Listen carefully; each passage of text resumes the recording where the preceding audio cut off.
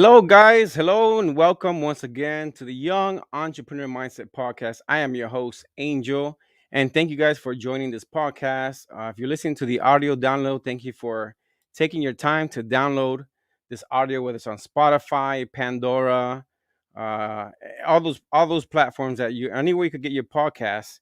This podcast you can find it there as well. Okay, guys. So please give us a thumbs up today. Share this stream. Subscribe to my YouTube channel whatnot. You know what to do. Everything is there. I'm gonna have all the links below on the description of this podcast video. Okay, guys. So thank you again for joining us. Today's a special day, man. I'm very excited. I'm motivated. As you can see, I got my gear on everything, right? To the 10x nation, 10x community. All right. So everyone out there that's a 10x part of this great brand. Listen, go ahead and write down 10x, comment 10x, whatnot, and let's get the show on the road. Listen, today I have a special guest, man. This gentleman, his name is Jared Yellin, and if you can follow him on Facebook, Instagram, all the social media accounts, even on Twitter, you can follow him there. And today he's going to be discussing about his story, how he got into that young entrepreneur spirit at a young age, how he came up, everything with this whole tech. We're going to be talking tech entrepreneurship, marketing, sales, and between other stuff. So guys, without further ado, let's go ahead and welcome to the show, Mr. Jerry. How you doing, buddy? What's up, bro? How are you? Thanks for having Um, me. I love the yeah, gear. man. You're coming to play. You're coming to play today. I could tell. That's right, right. Rock and roll. Let's rock and roll. I'm all yours. You ask me anything. I'm here to serve you and serve your community. Thank you, man. I appreciate that, Jerry. And like I said, man, I love your energy, man. That's what I'm so intrigued with your energy. I know you had some. I follow you on Facebook. I wrote to you. I said, hey, I want you on my podcast. You didn't even hesitate. Within seconds, you said, let's do it. And we got your assistant and everything to get everything settled. That's why you're here. And listen, man, I know you're gonna add a lot of stuff. So listen, let's get right into it. For the audience, right? For people who may not know who you are, right? We know the whole 10x, Grant Cardone, etc. So as you can see, I got my gear. I've been following him for many years now. And listen, man, when I saw you coming together with him and the whole team, it's great, man. Great idea behind the whole tech idea. But before we get into that, you had put a post recently. I was watching the post. You had that photo of the mullet, and you were that young entrepreneur. I think you were born that young entrepreneur. But what's interesting is what you said about the photos. Like you didn't give an F about what they thought about you, right? So what motivated you to be like that? What was it? Was it maybe a role model, a father figure, your mom? I don't know. Go ahead and tell us your story on that.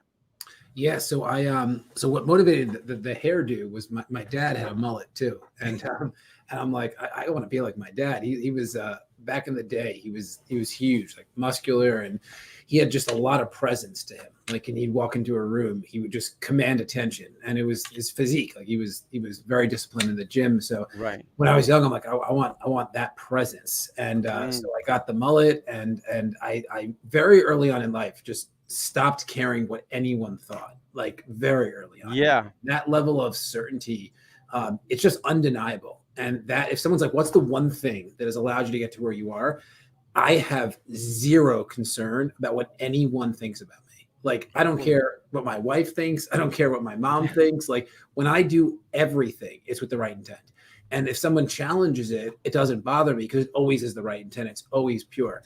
So at an early age, that was my commitment. And what led me to that was I got involved with personal development really early in life because my parents went through an intense divorce. When I was 5 years old, they were just extremely at odds. And I'm sure there was worse divorces than theirs. But if someone were to ask me to define my childhood in one word, I would have said loud. Like there was nowhere to go for peace. What's interesting about this story is that when I was 20 years old, I started thinking about how eventually I'm going to become a dad. And there's not many 20-year-old young men that think about becoming a dad unless they're going to become a dad. Right. And I wasn't there yet, but I was thinking about it because of my childhood. And when I was 20, I said, no, something, this is my point of demarcation.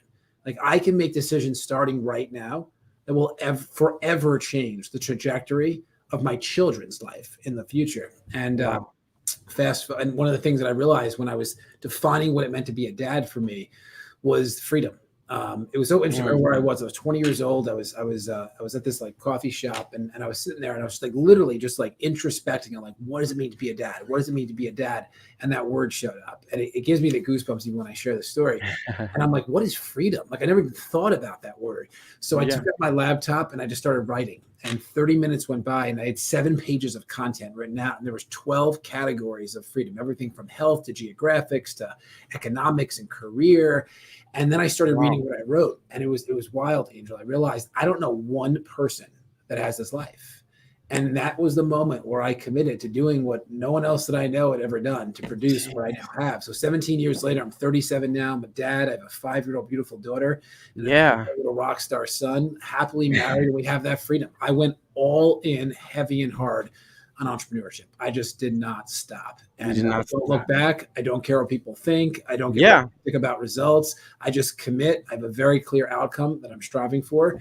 And that's what's produced this life. And it's all predicated on freedom. Wow, man, that's awesome, Jared. Thank you for sharing that. That's at an early age. Usually, I can say myself when I was in my 20s, I was thinking about having the fun, going to the clubs and enjoying my that freedom. But that freedom as I was 21, I was on my own, but my mindset not to where what it is now was never thinking about family or financial. So for you, what is your main thing as far as like when you look at goals? Like how do you set your goals? Moonshot. So if I'm not uncomfortable with what I'm setting, then I'm sizing down. Right. So I was when I was in college, well, really when I was in middle school, I got very intentional about my desire to become fit, and I would beg my parents to let me work out with weights. And for some reason, back in the day, there was this belief that if you worked out too soon, it would stunt your growth. It was like the most ridiculous Yeah. concept. That's what my dad thought. You Me can't work too. out, you stunt your growth. I'm like, what does that even mean? So I'm like, I Yeah. got to do something. So he let me do the rowing machine and pull-ups when I was 11. And I was Okay. like a beast with the rowing machine and pull-ups. Get And out of then here. when I got into high school, I'm like, Dad, I'm not going to have the edge. Like, let me start lifting weights. So he's like, fine, I'm going to give you a routine. We had this really nice home gym. And every other day you can lift, but do not increase weight. So I was like, awesome. And that became my thing. Like when I got punished, like I got the gym taken from me. And as I progressed and I got into college, I got really passionate about natural bodybuilding. I never competed. Like this wasn't for the world. This was for me. Like this Right. was my Personal. internal drive. And no one knew what I looked like because I'd go to the gym wearing a sweatshirt and sweatpants every day. But I was huge. Like I was so strong as well. Like I would incline bench press over 400 pounds. Like that's heavy. It's 4 plates. Like, Wow. it's heavy. And I'd always look for the smallest person in the gym. And I'd be like, can you spot me? And they'd be like, you sure? I'm like, yeah, because that's what I know you can't help me. Someone has to stand there. So they would like stand there like so scared, and it would force me to really fight through. But I Wow. developed this premise, and this premise was if I wasn't able to access new muscles, I wasn't growing. So every time I worked out, I was sore, like every time. And that's Yeah. transferred over into entrepreneurship, goal setting, and just life. So I Exactly. consistently size myself up and consistently do things that if I'm not uncomfortable, I'm not growing. And you all hear that. But what do you do to execute on it is really the question. So for me, I set Exactly. moonshots. Like I set targets that almost seem ridiculous. Like Right. if you tell somebody they're like, you're crazy. I'm like, yes, that's what I'm going for. Because I know Yeah. I'm onto something. You think I'm crazy. That means I'm doing something really big in the world. That's awesome, Jared. I like to share with you something compared to that because my goal, it was a personal goal. It's not something that I screamed and yelled at, at the air and the world. But my goal this year, 2022, for me personally, was I wanted to meet 365 people. So if we do the math, that's one person per day. Now the challenging thing is, and I said this in another podcast, was that if I miss one day that I didn't meet someone, the next day I have to meet two people. See, so the math starts multiplying, right? So that's something that even though it's a far right goal, like you said, it's moonshot, right? It's way out there. But at least if I meet half of that goal, at least I'm gonna have at least another over 150 people in my network. They're gonna Yeah, either they may not buy my product, they may not know or even care who I am, but eventually something is gonna come out of that. And that's what I believe in that too. that's awesome. Yeah, listen, like the discipline around consistency is an edge. Like you'll gain the edge from doing that because most people aren't consistent and very few have discipline. So if you're willing to deploy both, you create a wedge between yourself and the rest of the world. And Exactly. more than ever before, we need lions to emerge. Like these past 2 years have led to a lot of sheep, like people that are just waiting to be told what to do. And if Exactly. anybody feels like I'm degrading you, that's on you. That's not on me. Like I'm Of not here to course. degrade you. I'm here to wake you up. And Exactly. we need people to lead, like not follow, because the leadership right now is really poor leadership. So this is an opportunity, right? Like what the past couple of years have represented for the lions of the world is the single greatest opportunity ever to make more money, create more impact, create a wedge. And what a Absolutely. wedge represents is the distance between where you are and where everybody else is. And at a certain point, that wedge becomes so extreme, no one else can catch up. But the way you get there is through the discipline around being consistent. And what do you think is what you think some people fail at entrepreneurship? Like they say, they try it out, they fail, and then it's like, oh, you know what? I don't think I'm meant for this. Let me just go back to what I was doing before. Why do you think people fail at entrepreneurship? Because the word you just said, they try it out, right? So the reason I didn't fail is because I burned the boats. Like there was no other option but to make it work. Like the boats Wow. were burned. Like I'm on my own. I got to figure this thing out. So the reason why people fail at anything, whether it's a diet or a relationship or it's a new habit or entrepreneurship, is they're trying it out. They're The dipping lack their of toe. commitment. One of the things that I talk about with our co-founders when we accept them into our incubator is that Yeah, this is not a world for you to try out tech co-foundership. Like if that's where your head is at, then you should dismiss yourself right now, that's because right. it's not like, because one of the things I talk about is dependency equals death. So as an example of that, when somebody is launching a tech company, they need to initially get investors. And if they're dependent upon investors in order to launch their tech company, they might as well quit now. Because like Mm, for me, I just removed dependencies from my life. And I talk about this even within personal relationships, like intimate relationships where there's a dependency between partners. It's an unhealthy relationship. Like, yeah, and no one could argue this. Like, that's just an unhealthy relationship, because if one partner suffers or passes on, that other person, they don't know how to operate. So that's the right. key is to have two independent people that are choosing to come together. And that's a great example for children as well. This is why I go back to the fact that there's so many sheep. These sheep are dependent upon the government, or they're dependent upon the so-called leadership, whereas Yeah. the lions, they're not dependent upon anything. Like the Mhm. lions are the leaders. They're the ones that are going out there and they're causing and they're creating. So Yeah, it's got to remove dependencies. But to answer your question, the reason why most people don't succeed in entrepreneurship is because the word try. Like they're that trying. makes sense. And I just burn the boats. Like if you want to be an entrepreneur, burn the boats or work for an entrepreneur. And that's That's for right. me. That's right. That's cool, man. I love that, man. But I So, don't think it's for everybody. Listen, I don't. Like I used to think it was for no, everybody. Like when you're I was right. younger, I'm like, why is everybody not doing this?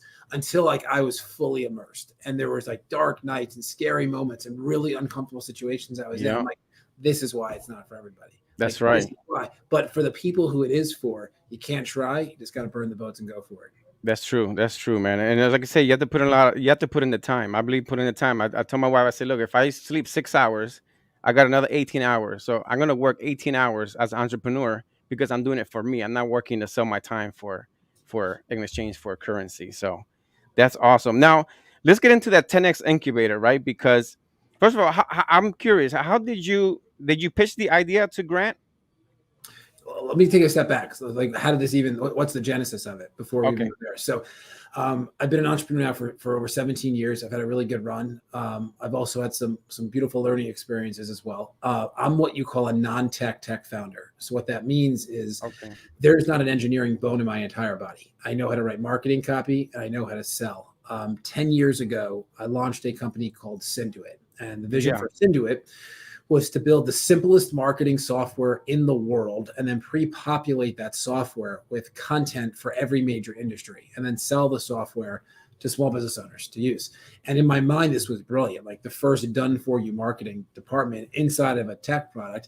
But I didn't know where to start. I had the money to start because I sold a company previously, but I felt like really irresponsible to just throw money at a concept. So I figured, let me buy a little bit of time and I'll start selling myself as a copywriter because that's my skill set. So Okay. I got two pretty high profile clients to give me a shot. We did a performance deal where I would earn 30% of any new business I produced for them. And in about 6 months, I made them like $7.5 million. So I did well economically, but more than the money, they just told everybody about me. And within 14 months, those 2 clients became over 400 clients. And I was running a large digital and creative agency for thought leaders. And it was a great company, like big team, big office, very cash flow positive. But for me, it was a means to an end. I really wanted to launch this tech product. And in 2011, I had clarity of what the product would do. So I started interviewing different software development firms all throughout the US that were highly recommended. I hired one in Boston, Massachusetts, that said that they could do it. And they told me it would take 10 months and $750,000 to build the first version of the software. Wow. So I burned the boats. I went all in and I funded it myself. I was writing a check for 50 to 100 grand every month for those 10 months. And at the end of 10 months, it was D-Day, demo day. So I was driving out to Boston that morning. I said, I was dating now my wife. And I said to Lindsay, I'm like, Lindsay, this is our moment, like stepping into tech foundership. Just watch what happens for our life.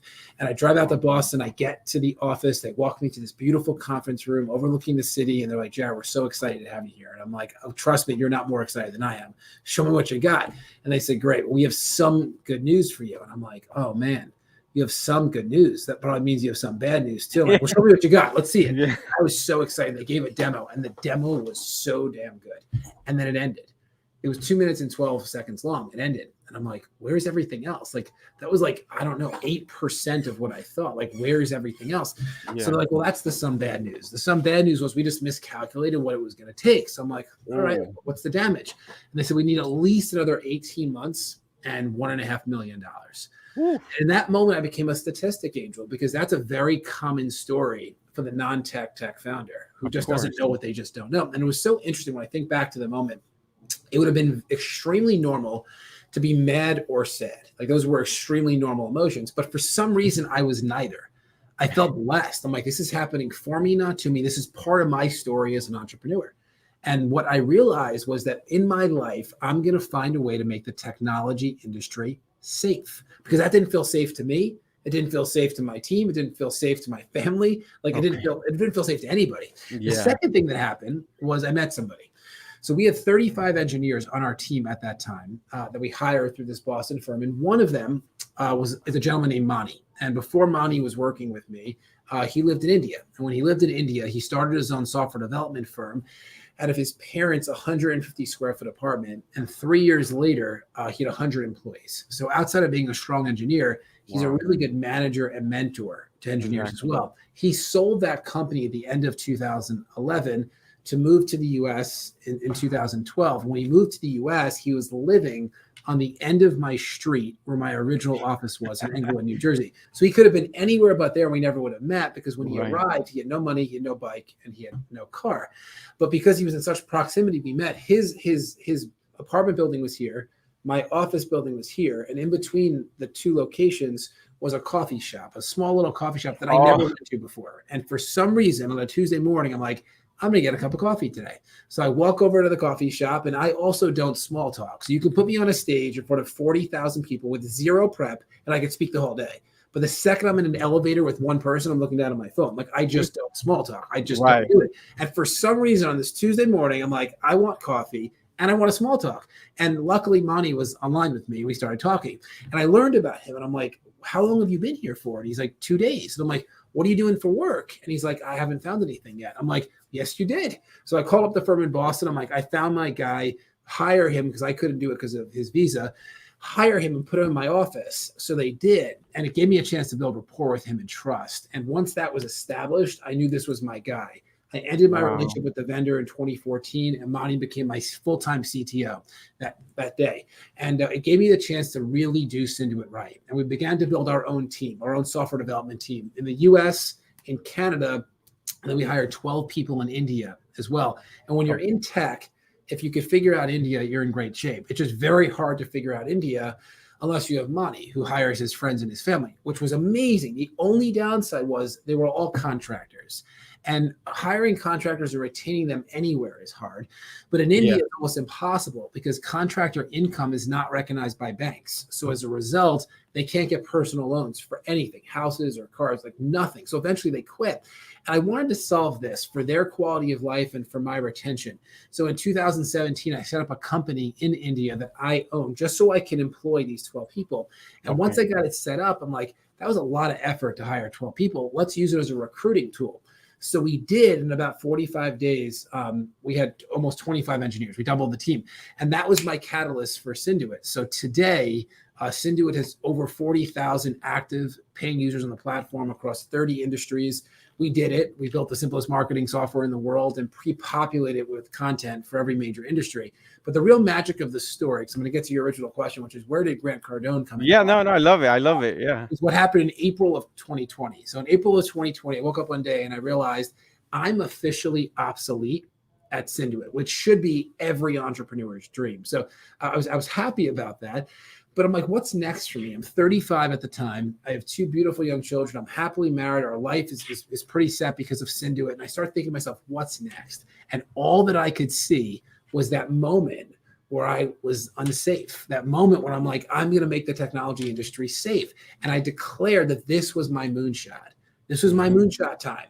I'm going to do something that shakes up the world, or I'm going to go down trying. And what I realized that I wanted to do was what I just did with Synduit, but 10,000 more times by 2031. And Angel, I don't know why it was 10,000, because that's a ridiculous number. Exactly. But you can't negotiate against the moonshot. The moonshot is the moonshot. So I called up Monty on my phone, who was still my CTO at that time at Synduit. And I called up this woman, Katie, who's my director of operations. And I said, I have an idea. And I'm going to do it with or without both of you, but I can't imagine not doing it with you. But build, scale, and sell 10,000 tech companies over the next 10 years. Are you in? And their exact words were, we are in because it's you, but we have no idea what you're talking about. So I'm like, okay, cool. Let me explain. We're going to launch a tech incubator, but this is not going to be like every other incubator or accelerator where we invest very little money and then offer mentorship in a classroom for 3 to 6 months. That's cool. That's just not what this is. What this is a place where entrepreneurs can come with their tech ideas that they've written on a napkin, or a minimum viable tech product they put a little bit of money into, or even a cash flowing tech company that's plateaued, they could pitch us.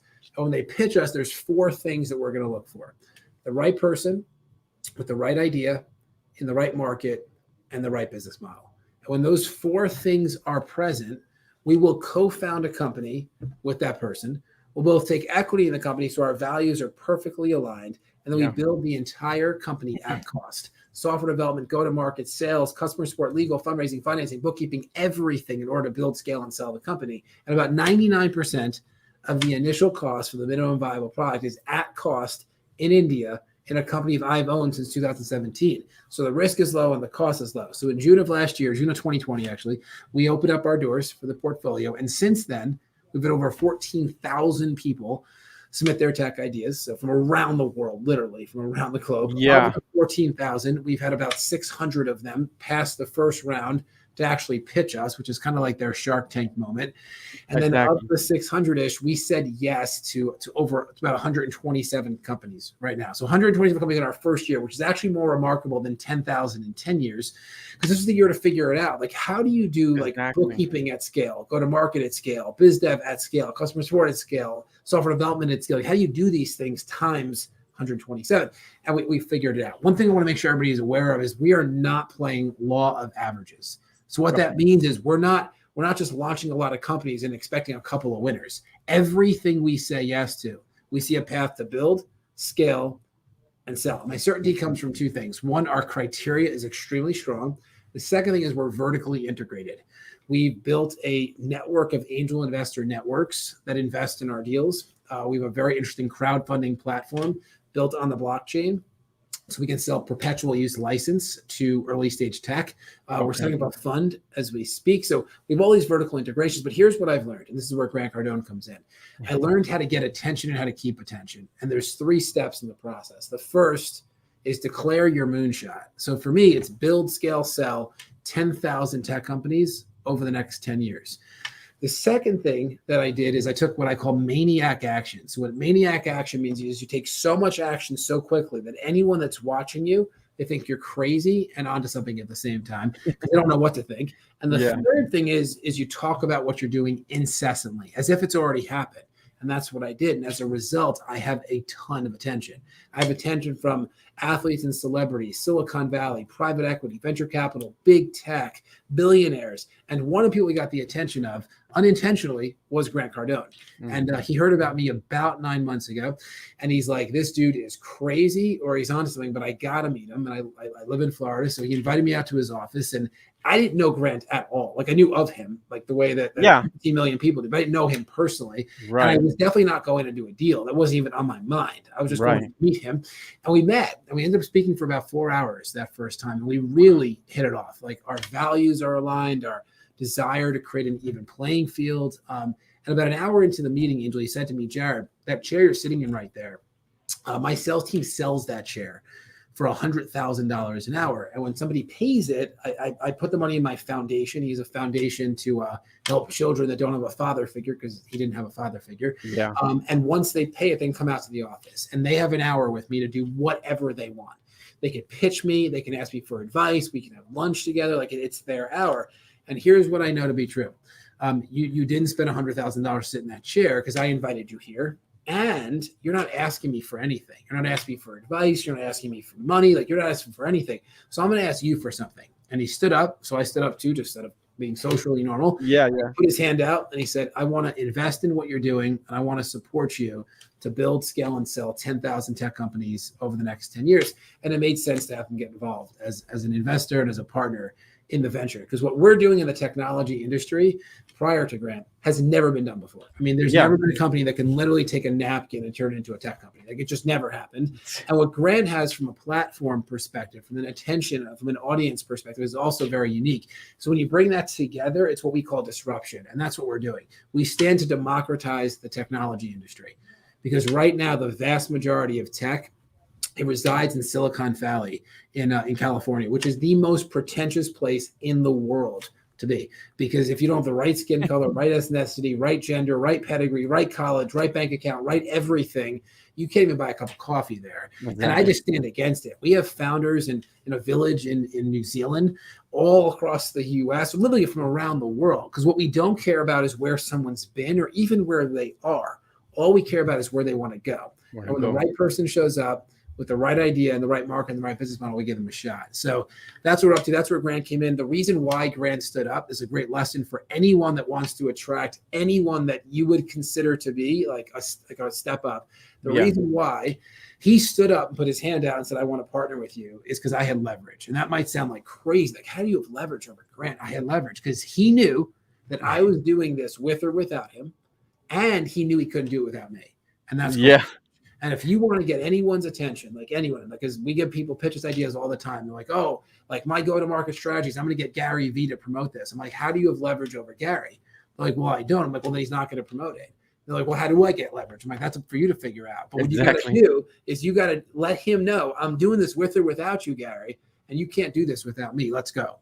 And if you get to that point, you have leverage. And every meaningful person on the planet, every person that's achieved high levels of success, they are more opportunistic now than ever before, and they don't want to miss out on things. So if you can show them a scenario where they're going to miss out by not saying yes to you, then you're going to say yes to you. So that's the secret to getting high leverage people to say yes to what you're offering. No, it is because I mean, especially when you look at investors, if you're strong like that and they see the idea and you're going with it, they're like, wait a minute, let me grab this guy now before somebody else does, and I miss out on that opportunity. Investors not going to miss out on the opportunity. They're just not going to do it. No, fear of missing out is what drives investors to say yes. So that's right. That's the story of Grant, and it's a blast. We're doing some incredible things in the world. We have other partners in the venture as well that are in their world. They're of significance. So that's what we stand to do. I know this is bigger than me. I know this is bigger than Grant, and this is bigger than everybody. So we just need to have a lot of the right people that are involved because it's never been done. And when it happens, what happens now is we shift the power from these like handful of big tech companies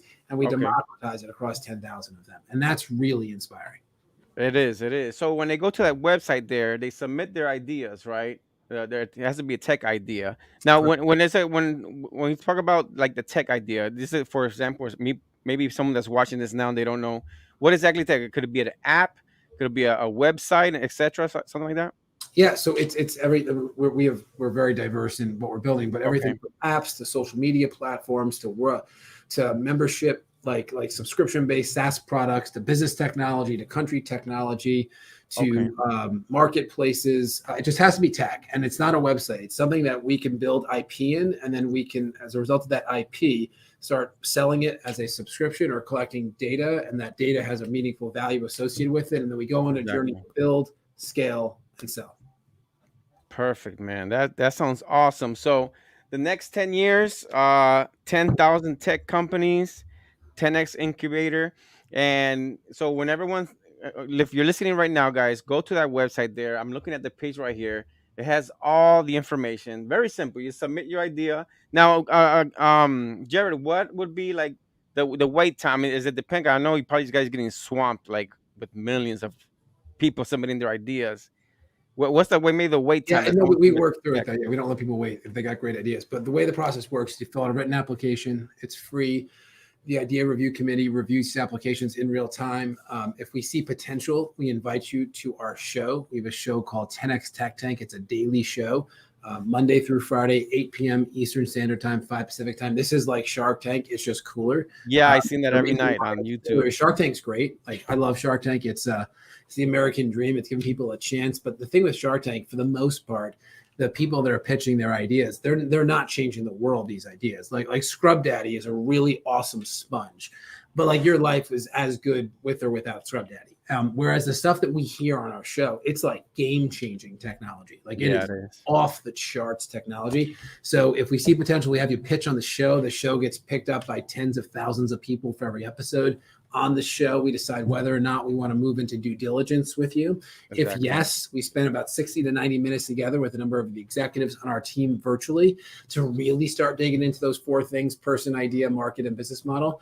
And if we see potential there, we then go into co-foundership with you. We co-found the company, we get the company funded, we start building it, and then going to market and then scaling it, and then going on the road to an exit, because that's what we stand to do: build, scale, Yeah. sell, build, scale, sell every company that comes through the portfolio. Perfect, man. That's very clear, man. I appreciate it. So, Jerry, man, best of luck with everything, man. I know. Thank you for those that moonshot, go. I'm gonna keep that in mind and put that in practice as well. So, Jerry, I know you're busy, man. Man, I appreciate your time. Blessings to you and your family, man. Thank you so much for this opportunity. It's a great honor to have you, man. Pleasure's mine, man. Love what you're doing. Go meet somebody else today. Get two people today. So go for it. Exactly. Double up, I size will. up. Appreciate you. Be well. Thanks so All right, much, buddy. everybody. You too. Bye. Take care. All right, folks. So there you have it, man. Jared Yellin. Look him up. Also, 10xincubator.com. Look up the website. If you have a tech idea, man, listen, this is opportunities like the Shark Tank for product. I have a product here, Pro Kevlock, that we're going to be launching in Shark Tank one day. But, it's all about just continue. Just keep thriving. Keep going for that dream. If you have a tech idea, listen, man, Grant Cardone, Jared, everyone's out there. They have I invite you to go to the YouTube. They also have every night at 8 p.m. they have live segment, and you can see how people are pitching, so you can have an idea, right? So, guys, thank you once again for joining this podcast. You can follow me on Instagram under Angel Santos Podcast and Twitter under Angel Santos 75. All right, and also my business websites, they're all on the link below and whatnot. You have them there on the screen. So, guys, I'm gonna leave you here on a positive note as usual. And on Proverbs 10:8, it says, "Sensible people accept good advice. People who talk foolishly will come to ruin." So there you have it, guys. Listen, I hope you have a wonderful rest of the week. I hope you have a great and safe weekend. Be blessed. God bless you. Blessings to everyone. Thank you for the comments. I seen here a lot of comments and whatnot. So please go ahead and submit your comments, share, give us a like and whatnot. And I look forward to the next segment. And I hope you guys could join me on the next episode. So thank you guys for watching the Young Entrepreneur Mindset Podcast. I'll see you next time. God bless. Take care.